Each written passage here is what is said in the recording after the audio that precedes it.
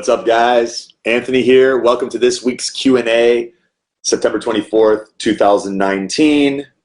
As usual, we're starting a few minutes late, but we're going to get right in. We've got some great questions, a whole bunch of them, and we're going to cover a lot of territory, so I hope you guys are great. Quick update over here. The exercise with oxygen machine arrived today. I spent a lot of time setting that up. I got that from Live O2, and then I got an Airdyne, or not, it's not an Airdyne bike, it's a Rogue Echo bike. So I got that for doing exercise with oxygen training, which is essentially you warm up, you're breathing high oxygen. So the air that we breathe is usually about 20% oxygen, depending on the altitude that you're at. This machine comes with an oxygen concentrator that fills this giant bag reservoir with pure oxygen. And then what you do is you put on a mask and you exercise, you train breathing high oxygen. Then you do a high intensity interval at like 90% of your maximal effort with low oxygen, really driving up the oxygen efficiency and demand in the powerhouses of your cells, the mitochondria.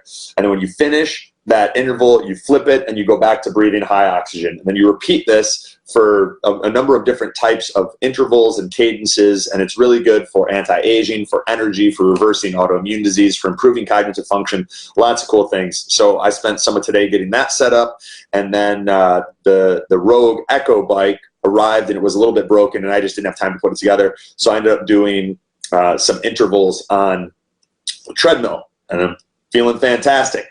So that's a quick update over here.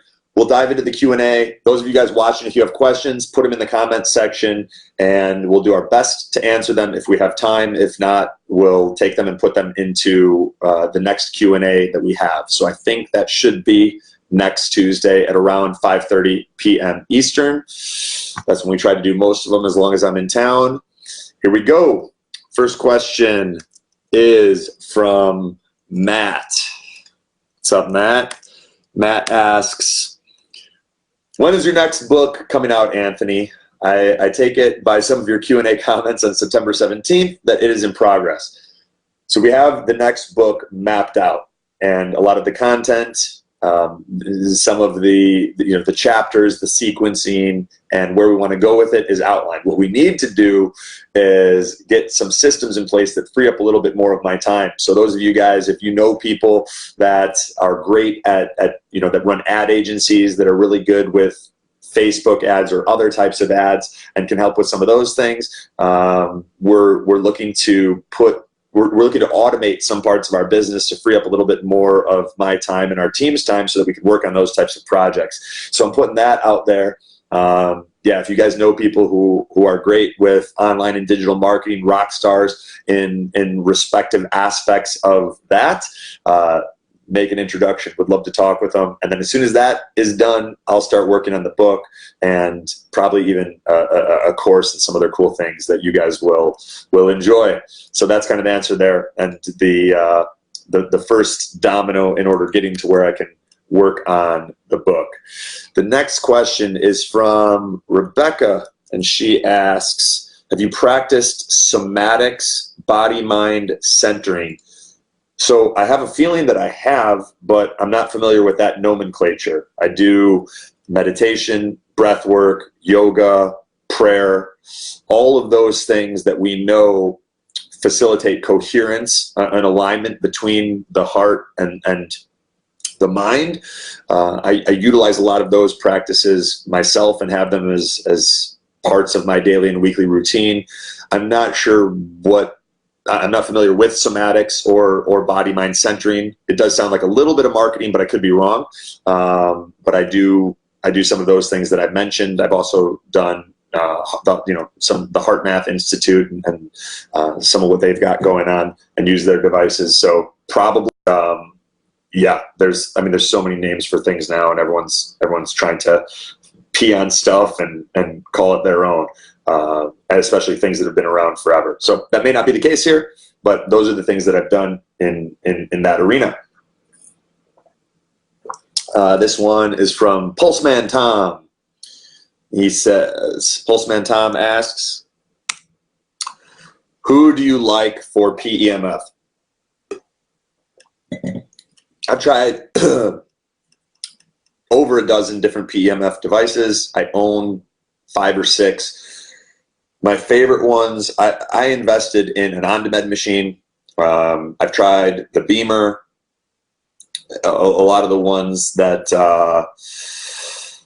that are popular, and I like them, but the ones that have had the biggest impact on me were the PEMF 120, which is like one frequency and you can just dial up the amplitude, and the on-demand.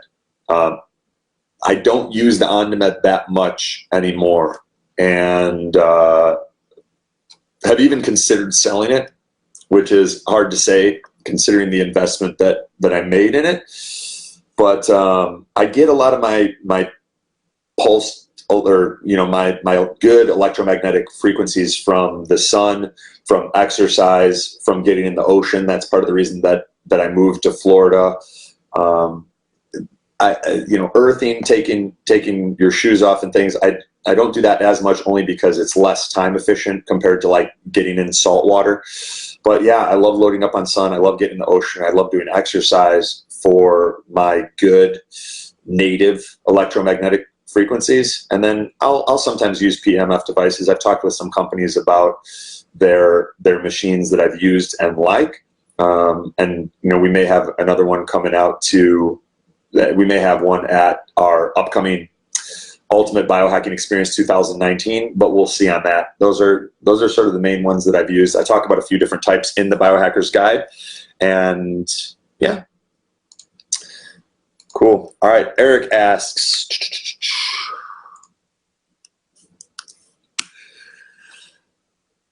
is there any supplements, specific foods, lifestyle changes that can be done to stop thinning hair? All right. So this is where the appeal of biohacking can sometimes get in the way of long-term progress. We got to figure out why your hair is thinning. Is it a hormonal imbalance? Is it parasites? Is it autoimmunity? Could it be a combination of deficiencies, fat malabsorption? All these things can impact hair. Now, having said that, like that's why we believe in testing, not guessing, and looking for the true root causes of what's going on, rather than the shotgun approach of trying a whole bunch of things and hoping some of it may work. But then even when it does, you don't necessarily know why.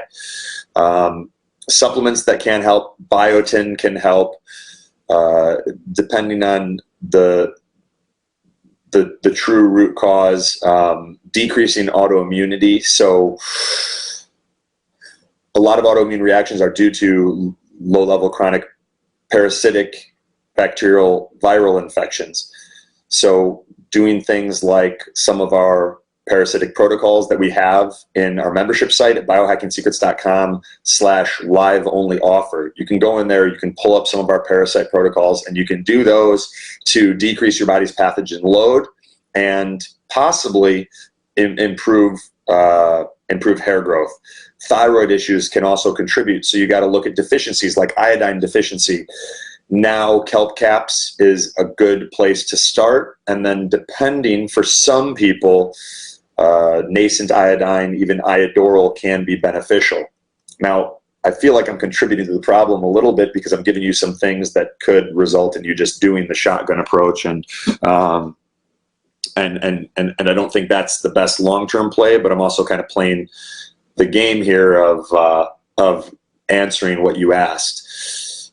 Managing stress is a big one, and that dovetails into autoimmunity. So when we have autoimmunity, which is essentially our body attacking itself, either due to pathogens that are in the cells, so your body starts attacking those cells that are harboring pathogens, or we've got toxins in the body that have resulted in immune dysregulation, so your cells have difficulty identifying what are your cells versus foreign invaders. That can create this autoimmune situation. So in order to reverse that, we have to improve the body's capacity to detoxify, which starts with making the switch from fight or flight to rest and digest, from sympathetic dominance to parasympathetic, and making sure that meditation, breath work, prayer, our yoga, that these things are a part of your daily and weekly routine is important for helping to make that transition. from fight or flight to rest and digest. And then looking at common sources of toxicity. A big one that we're seeing more and more is heavy metals, and getting those things out of the body through sauna, through heavy metal protocols. I believe we have some of those inside the membership site as well at biohackingsecrets.com/live only offer. But I would start utilizing some of these tools, gentle, steady state cardio where you're sweating 6 days a week, getting a real good sweat, moving stuff out, including fasting. So because we know that digestion and detoxification are two opposing processes. If you're eating all the time, you're not detoxing and engaging in autophagy, cellular turnover and cleanup the way that you could. So having a 24-hour fast 1 day a week will not only show you how well are your mitochondria working, how well is your energy production occurring, because if it's very hard for you to fast, you can be damn sure that your energy production process and your mitochondria are not working well. If you can go 24 hours, no problem with a fast, that's a good sign. And then during that period of time, you'll get some toxins moving out. So those would be some of the places that I would start, Eric. And I hope that helps. We have a similar question here from Jennifer. She asks, how do I combat full body inflammation? Got to find the source, guys. What I want to hopefully impress upon you is the importance of becoming a skilled diagnostician with your own health. And I believe that there is a movement taking place where many people are done outsourcing their most important assets, their mind and their body, to someone in a white coat. And that doesn't mean that there's not a place for physicians. There is a place for physicians, especially integrative and functional medicine practitioners. However, no one will care about your health and your performance as much as you. And in order to truly get good at identifying the root causes that are driving forces in your health, you need to build a better skill set. And no one else will be able to or willing to step in and invest the time to build that skill set and then point it out for you. We do it in our coaching program, but our coaching program is almost always maxed out. And so I want you guys to start building those skills. And I want you guys to start being able to identify what's causing inflammation for me. In this case, the place that I would start is your nutrition.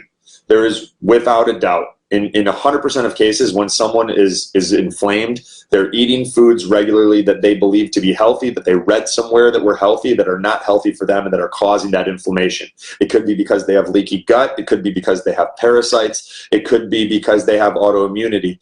But for whatever reason, foods that they may have been able to eat in the past or that other people are fine with, for them are inflammatory. They're either causing an immunogenic or an allergenic response, an autoimmune response or an allergic response. And we need to identify those foods and peel them out to start getting the body back on track and less inflamed. Because when the body is inflamed, that's when viral infections, bacterial infections, parasitic infections, fungal infections thrive.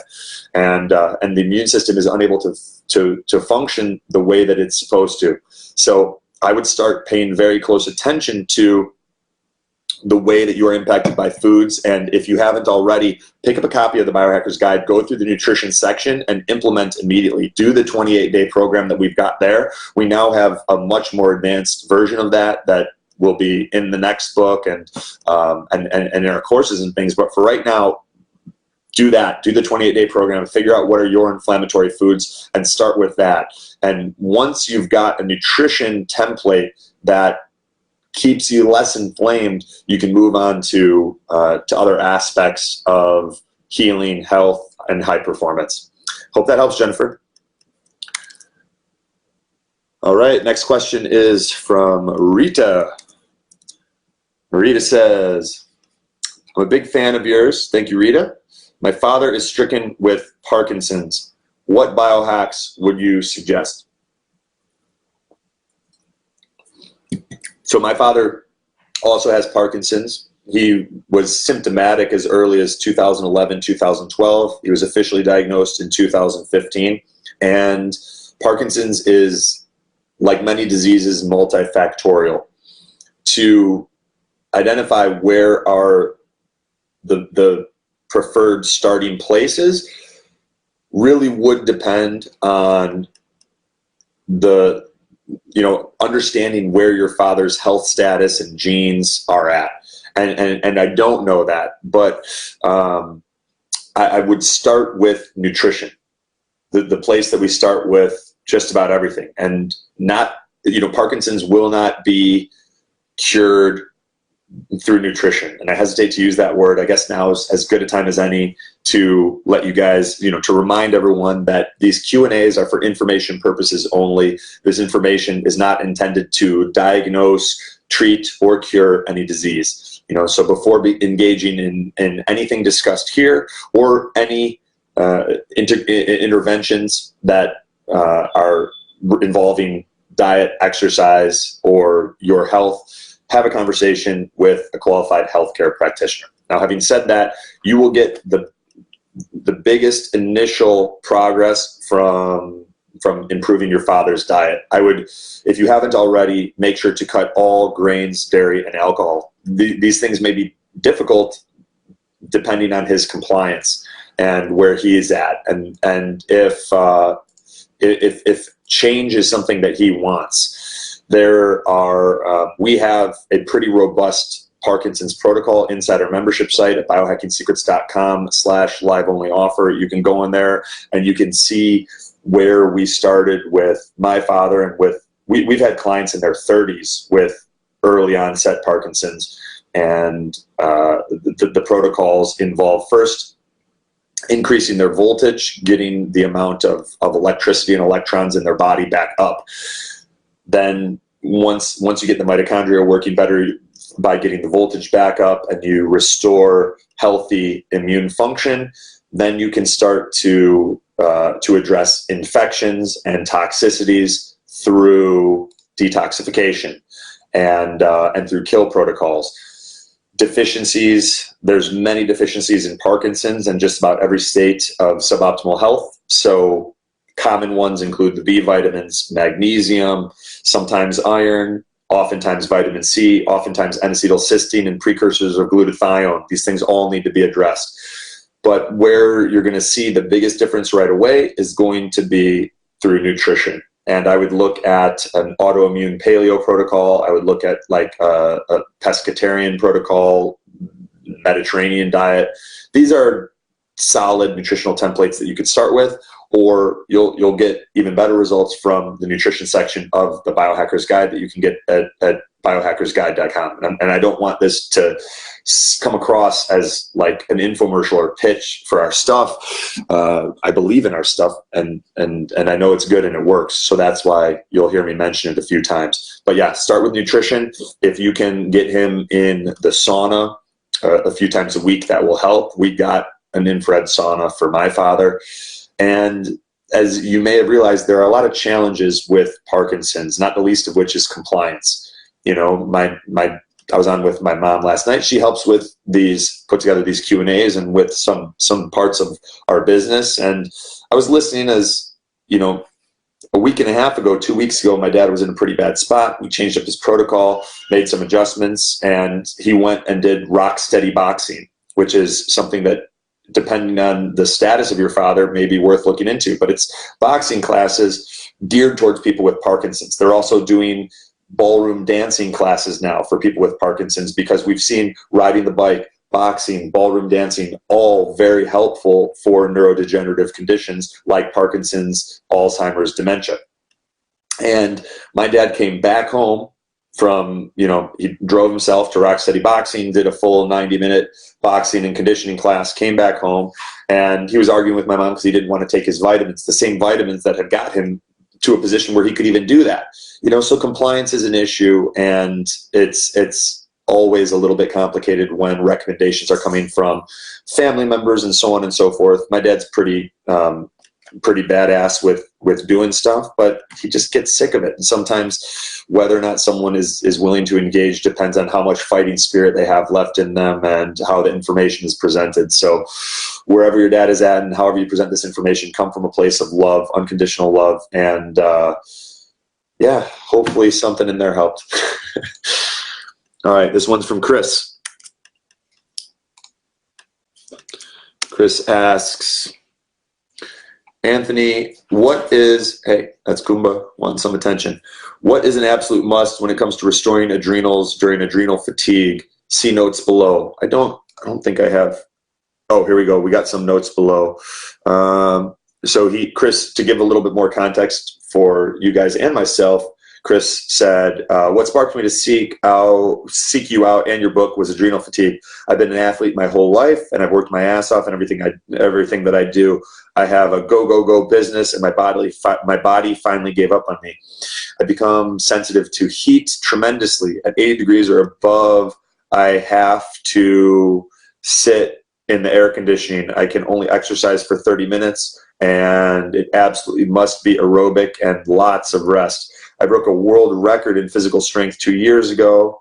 This has been the most heartbreaking out of all the symptoms. I cannot take a full breath of air, and any stress sends me into complete fight or flight with at least 20 minutes before the adrenaline wears off. I recently found a chiropractor that does the zone technique. One session in, and so far it was life-changing immediately, but only for 24 hours. Through the thermo test and EMG tests, he deduced that my issue was in fact a glandular problem. I've had suspect thyroid issues before, but nothing a doctor would pick up. Same with pituitary issues, but again, nothing so extreme someone would diagnose me. I'm not interested in Western meds. Here's what I do daily, blah, blah, blah, blah. Grounding in the morning and sunset. A gallon, come on, Kumba. A gallon plus of, Kumba's he's caught in my molecular hydrogen machine. About a gallon of water a day with Celtic sea salt, 30 minutes of meditation with Holosync, 40 minutes of trance work, hypnosis. Okay. So Chris, what's likely going on is a lot, and I'm glad that you've honed in on the adrenal symptoms, but that's not the only thing. There's probably a combination of the four things that I have noticed are at the root cause of just about every state of suboptimal health. Toxins. You've probably got heavy metals going on. We know you've got sympathetic dominance, chronic fight or flight, deficiencies, and infections. And if you just wanted to focus on the adrenals, you would likely get an initial boost by taking rhodiola, ashwagandha, schizandra. These are adaptogenic herbs that are in products like Gaia. It's Gaia Adrenal Support or Gaia Adrenal Health. That would help. Taking Biomatrix licorice daily, 5 to 15 drops in a glass of water will probably also help. Not only because it's an adaptogen that helps with the adrenals, but because it also is an antiviral, and there's probably Epstein-Barr and other low-level chronic viral infections that are having an impact on what you're experiencing. For cases of extreme adrenal exhaustion, sometimes especially when that adrenal exhaustion is coupled with like Lyme disease and some of these other chronic infections, we've had luck with using low-dose Cortef to get cortisol and the adrenals back online. But it can be a crutch if you don't have a comprehensive understanding of all of the root causes that are at play and a plan in place to address them. Otherwise, it'll give you a little bit of a boost. You'll experience downregulation, even more so of your own cortisol production, and then you'll end up worse than before you started. So if I were in your shoes and you just wanted an easy place to get a little bit of a boost, get Gaia Adrenal Support, take 4 capsules per day with food, get Biomatrix licorice, and do 5 to 15 drops per day in a glass of water. But you need help, and you need someone that really knows what they're doing, that can get all of the cards on the table and figure out what are your toxicities, what are your deficiencies, what are your infections that could be present, and then what are the sources of sympathetic dominance. You're probably exposed to far more radiation than your body can handle, and if heavy metals are present, that's going to be amplified. So I would get into the membership site. You can get unlimited lifetime access for I don't know, 200 bucks or 150 bucks, whatever it is now. And I would be ripping through there and really invest in getting this stuff figured out. You'll get some tips from the book, but you need more than that because this is pretty specific. And hopefully that helps, man.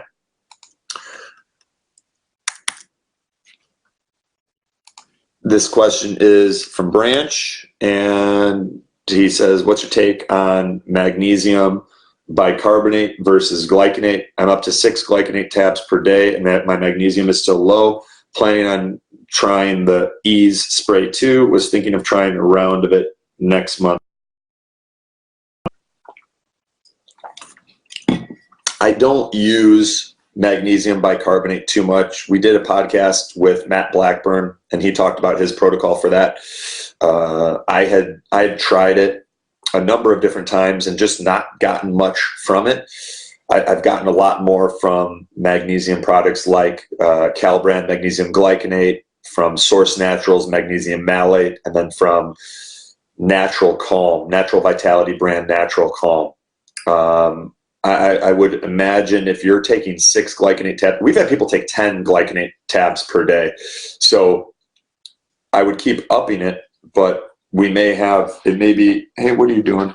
Sorry, I think Kumba's little Kong here, he's successfully chewing through it and eating it. So we're going to take that away. We're probably starting from a place where much more magnesium is needed. The deficiency is probably quite extreme, and there's also probably some absorption issues due to digestion and that sort of thing. So yeah, I know that some people are very big on magnesium bicarbonate, and it probably works great for some people.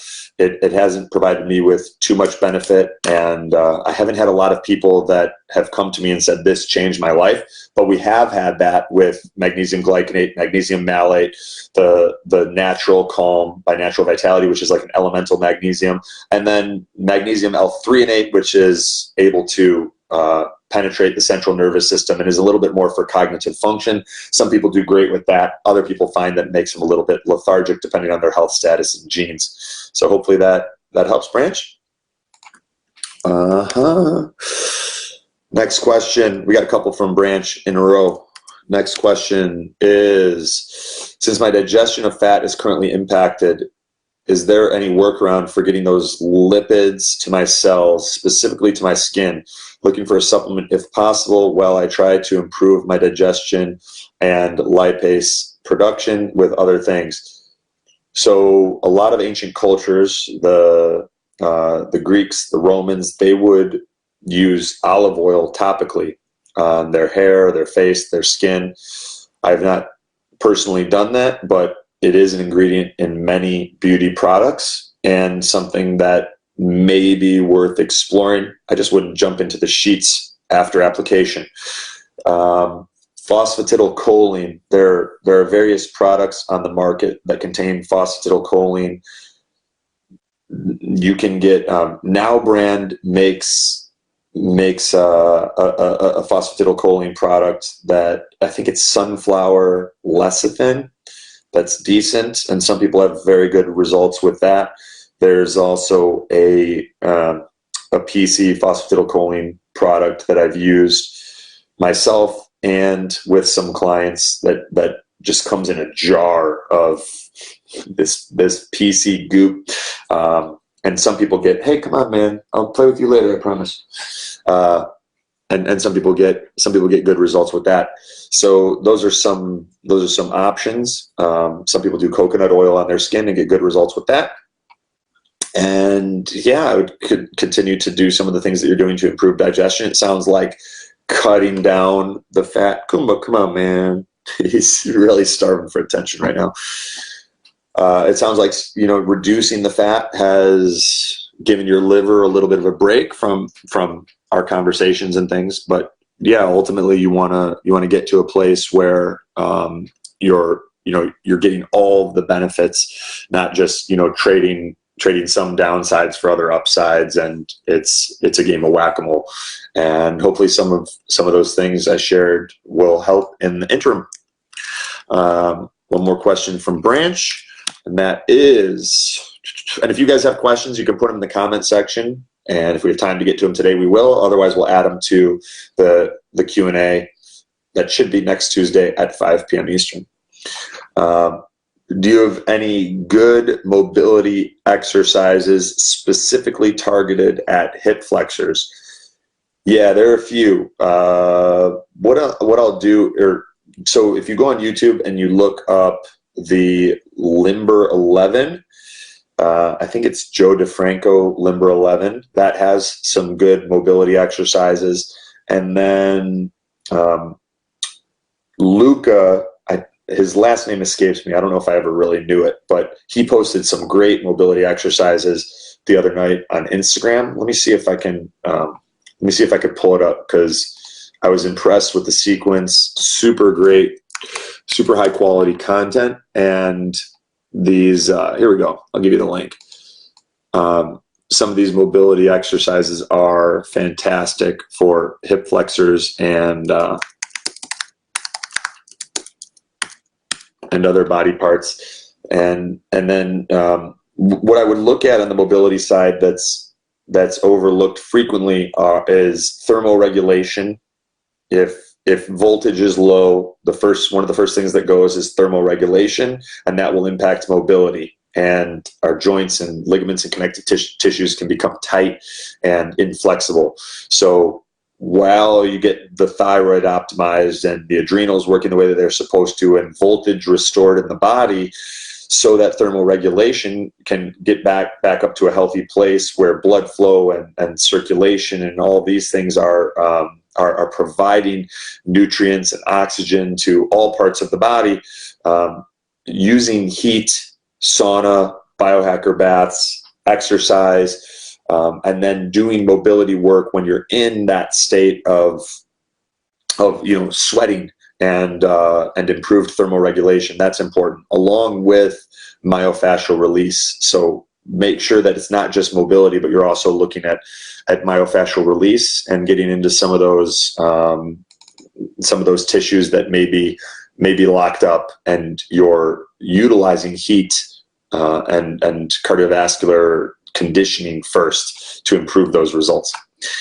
Hope that helped. Oh man, questions are a lot longer than I expected. All right, we got all right, so we had a couple questions in between, some more things from Chris Bolger that were cut off, but that's good. I think we got, we want to hone in on the diagnostics and really figuring out what's going on. Okay, this one's from Charles. Charles asks,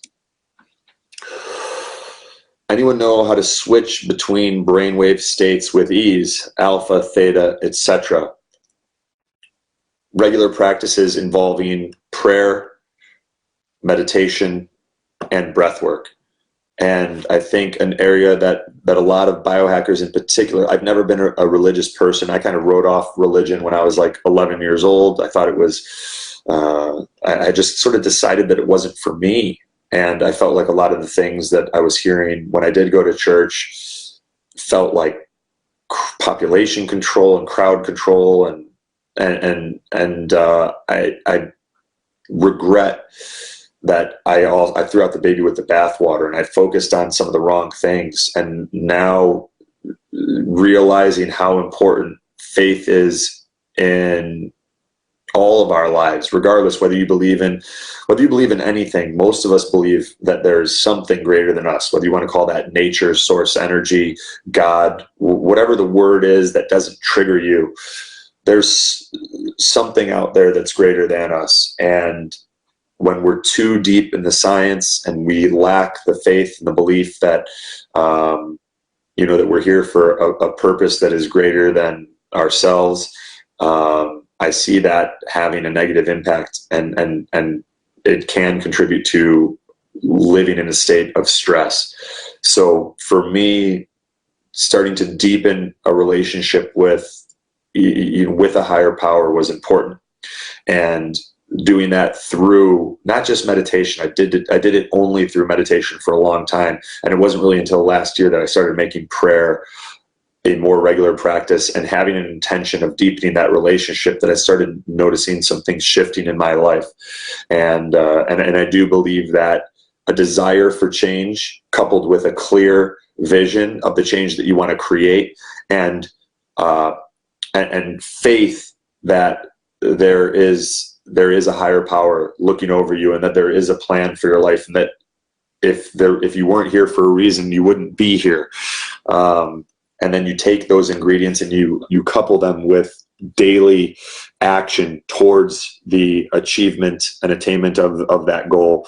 That's when things really start to open up for us. So switching between brainwave states with ease. You can use audio-visual entrainment. You can use devices like the Mind Alive, David Delight Pro, the Mind Alive, David Smart. There are a lot of things for doing this. The New Calm is one that I've used. We've got a bunch of these in the Biohacker's Guide, but the foundation will always be meditation, prayer, and breath work. And that's where I would recommend focusing. And if spirituality is one of the dimensions of your life that is lacking, I would figure out where you're comfortable creating space for spirituality in a way that where you're not triggered, or in my case, it took reevaluating, going back to a time that, and asking, why did I write this stuff off? And what was the trade, the unspoken trade that I made at that time? Was it worth it? And finding a place where you're comfortable, and only you can make that decision. Hope that helps. Next question is from Ofried. Ofried asks, float tank experiences, referring to the podcast interview with Sean McCormick. No garlic? ? Well, that's confusing. Why no garlic?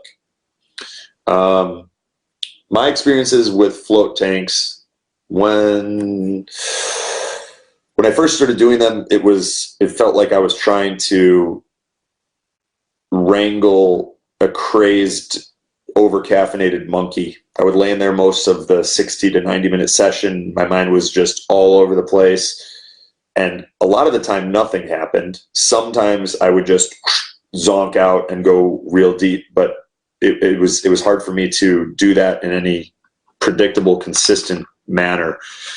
I started getting a little bit better if I utilized, I have my medical cannabis card.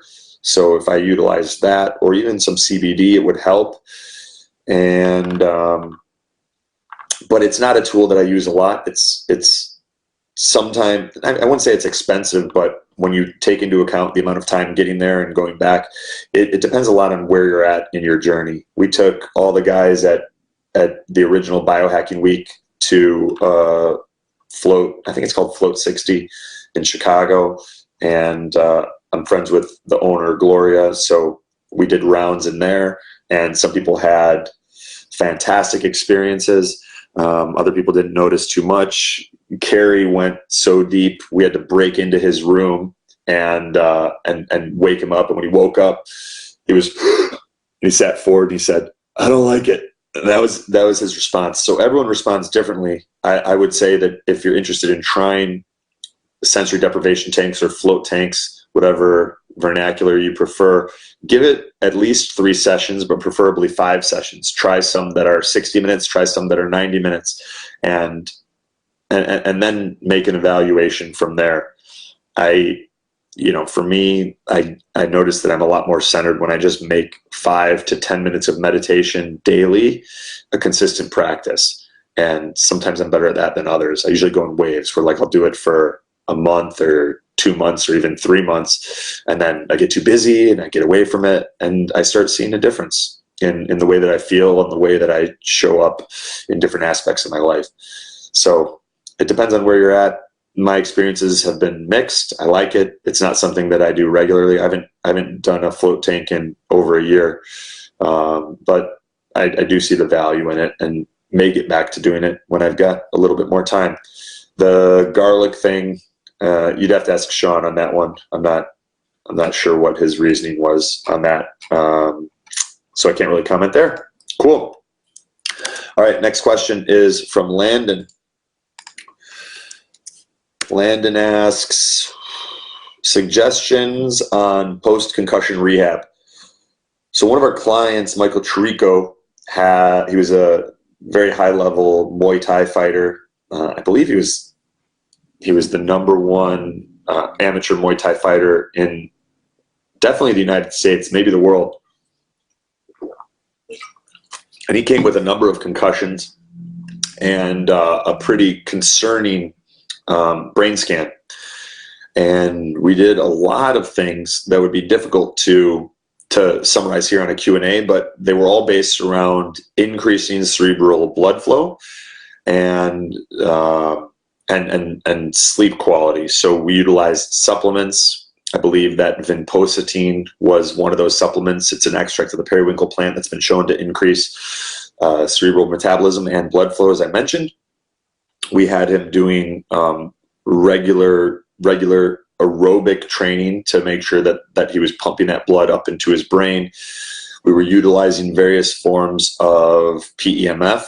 I know that the Earth Pulse, which you guys can find, a lot of the tools and biohacks that we talk about are in our Biohacker store. So if you go to biohackingsecrets.com, then you click on the navigation bar, you can go to the Biohacker store and see some of the things in there that I utilize and recommend. So he had some good results with the Earth Pulse and doing some protocols there that were based around concussions. And yeah, we need to, it's driving inflammation down, figuring out the things that you're doing that are increasing inflammation and pulling those out first and foremost. And then how do you improve circulation to the brain through supplements, through exercise, and potentially through PEMF and other biohacks. So those would be some of the places that I would start.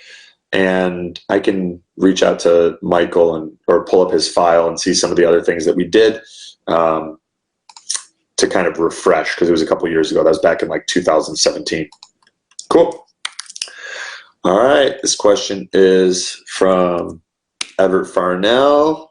What's up, Everett?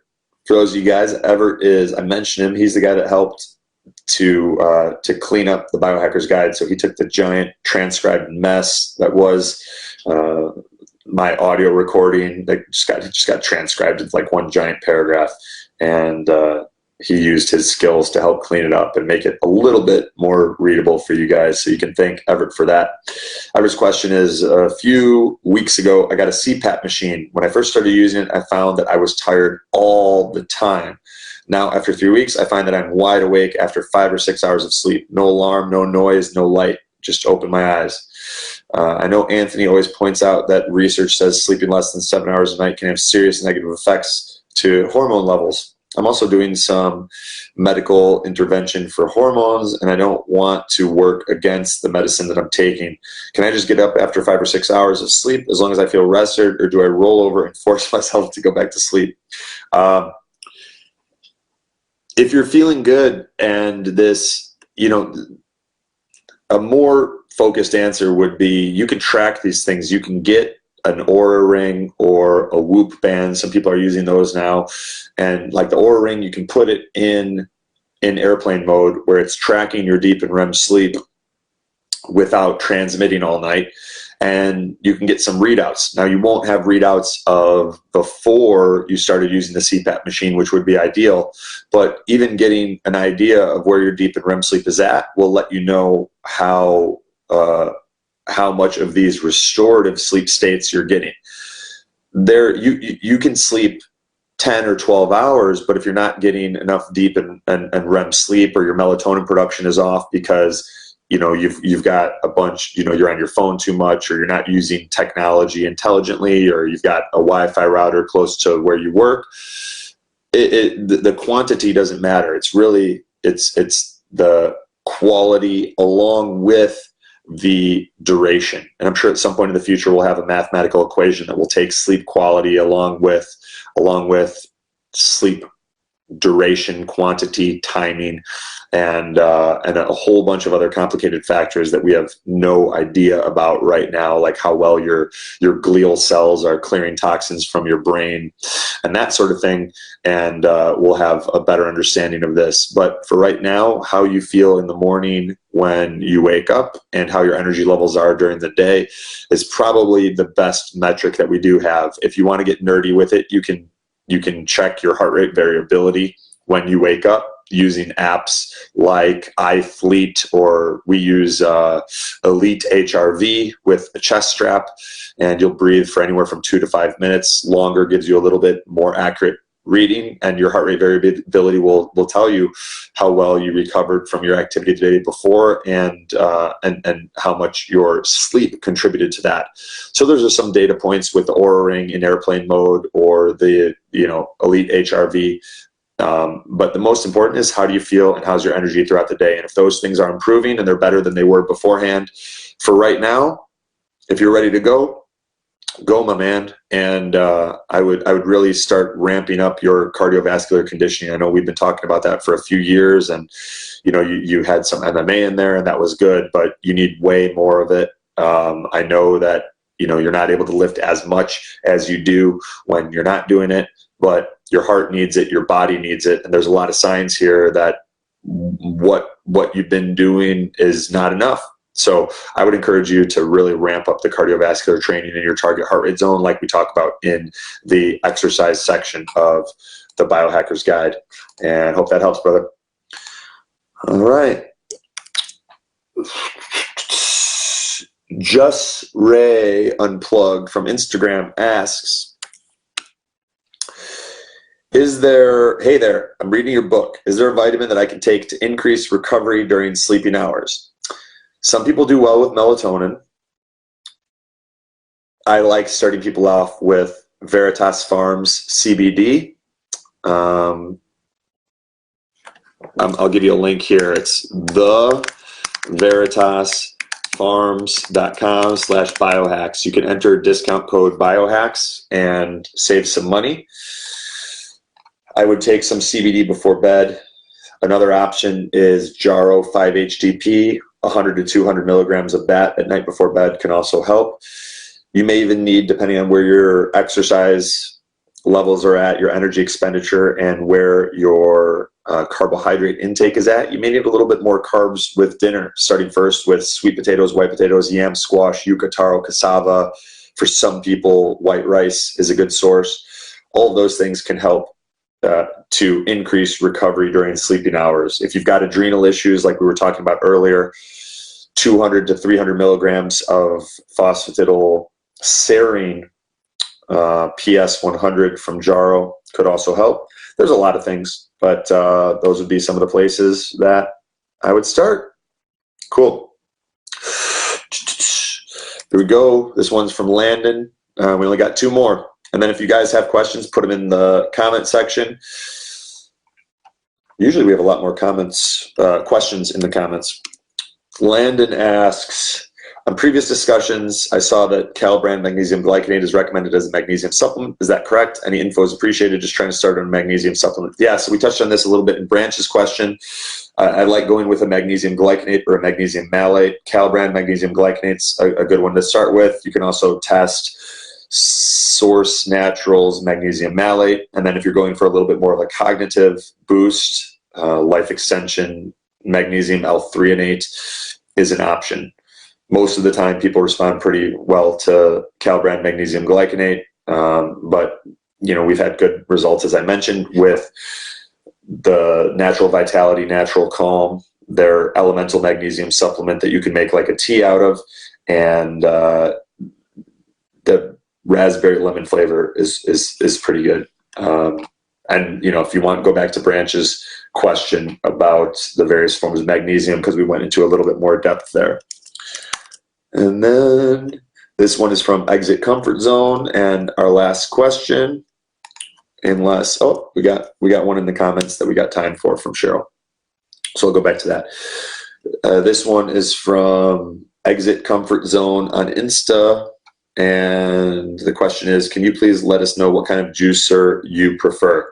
either an Omega juicer or a Champion juicer. I have a Champion, but my brother has purchased an Omega, and I may even like that one better.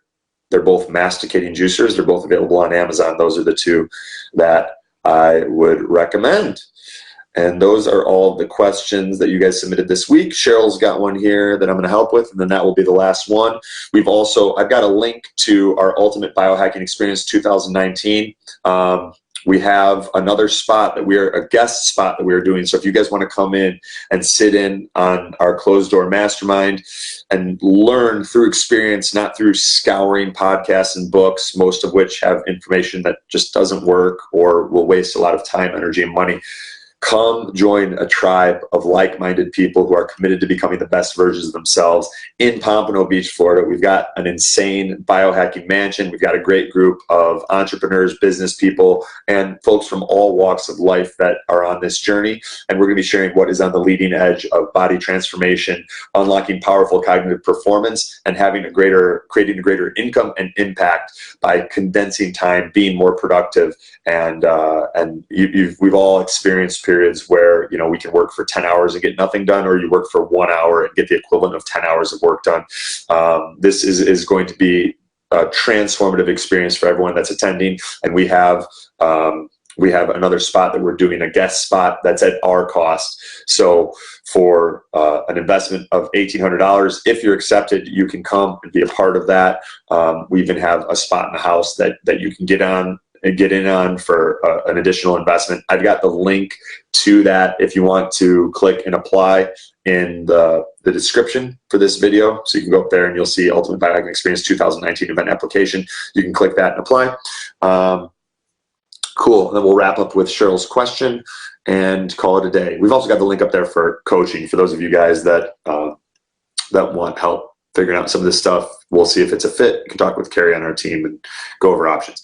Cheryl asked, Anthony, when I take IV treatment, the nurse told me not to drink coffee as it can constrict my vein. I've heard that it can constrict blood flow to the brain. What's your opinion on drinking coffee? I enjoy drinking coffee, but I'm thinking about cutting it down. It really depends, Cheryl. If for a lot of people that have autoimmune issues, coffee can be a problem. It can increase inflammation, and that inflammation is amplified if you also have intestinal permeability, leaky gut. So what I would do is I would figure out how coffee affects you. I do a couple weeks without coffee. You can still do caffeine during that time so that you're not crashing. You can get something like ProLab Advanced Caffeine. Each tablet of that is 200 milligrams of caffeine. Don't get the regular ProLab, but get the ProLab Advanced Caffeine. You can do half a tablet, or half of a tablet is equivalent to about a cup of coffee. A whole tablet's equivalent to about 2 cups of coffee. You can do that. It won't have the same immunogenic and allergenic response, inflammatory response. If you do have autoimmune issues or leaky gut, do that for 2 weeks. Then reintroduce coffee and see if you notice any changes in your body, if you notice any more achiness or stiffness or any other negative side effects of coffee. If not, then there's a lot of research showing that coffee has health benefits. Caffeine and coffee helps for people that have migraines because of the changes in cerebral blood flow, and oftentimes vasoconstriction, which is what we're talking about with like the constriction of blood vessels and capillaries, is followed by vasodilation. So it's not, there's a yin and a yang here, and not a clear-cut answer. Different people metabolize caffeine and coffee differently. So it's not black and white. And for some people, coffee can be a superfood, and for other people, it can make them inflamed and slow them down and exacerbate autoimmunity. So you can get the caffeine from coffee through other sources. As I mentioned, there are a lot of people that do better with teas, yerba mate, guayusa, green tea, a combination thereof. But it's something that everyone needs to figure out for themselves. There's not something where I could just tell you, yeah, drink coffee, don't drink coffee. It depends on your genes and your health status and some of those things that I mentioned. And I hope that helps. So guys, that is it for this week's Q&A. Thank you so much for submitting questions. That's really all I got. If you guys want help with this stuff, you can go to biohackingsecrets.com/coaching and apply to see if our program is a fit, and if you'd like us to help shortcut your journey and condense time. We've also got the link, as I mentioned, in the description for the Ultimate Biohacking Experience 2019 that's coming up October 17th through the 20th in Pompano Beach, Florida. We've got an amazing group of people. It's going to be fun.